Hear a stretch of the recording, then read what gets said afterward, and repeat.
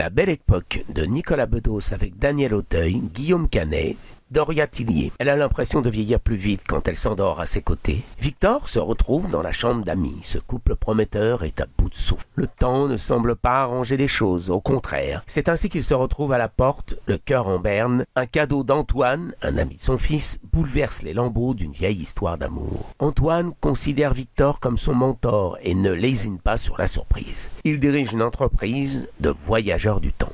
Elle vous propose de replonger à l'époque de votre choix. Moyen-Âge, Seconde Guerre mondiale, les mousquetaires du roi, etc. Victor s'accroche à cette idée de retourner dans le passé pour revivre 40 ans plus tard son grand amour. Cet amour si beau, si fort, dit la chanson, qui nous imprègne l'âme à jamais. Il souhaite revivre cette semaine inoubliable quand Marianne est entrée dans sa vie. Dieu, que Marianne était jolie. Il se retrouve à squatter les années 70, revivant comme un jour sans fin cette promesse d'éternité à deux. L'expérience est tellement bluffante qu'il n'hésite pas à s'endetter, faire des compromis pour elle. Il exige juste un petit hic, quand Victor s'éprend du modèle de Marianne.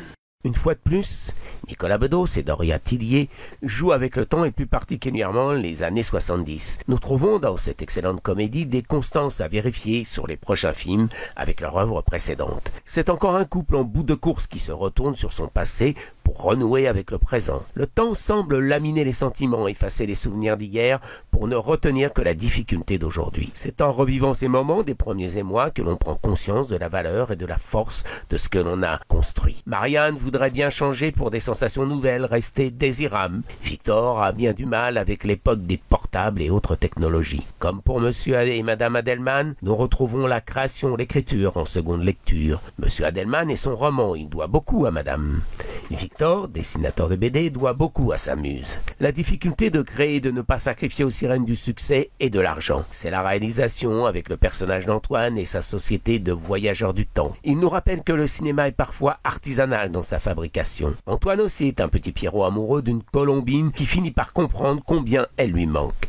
Cette valse des cœurs tout en douceur et en tendresse avec des femmes fortes est l'âme du film. Chacune à leur façon ne se laisse pas faire ni emporter par « c'était mieux avant ». Elles n'ont pas besoin d'un retour en arrière pour accepter le présent.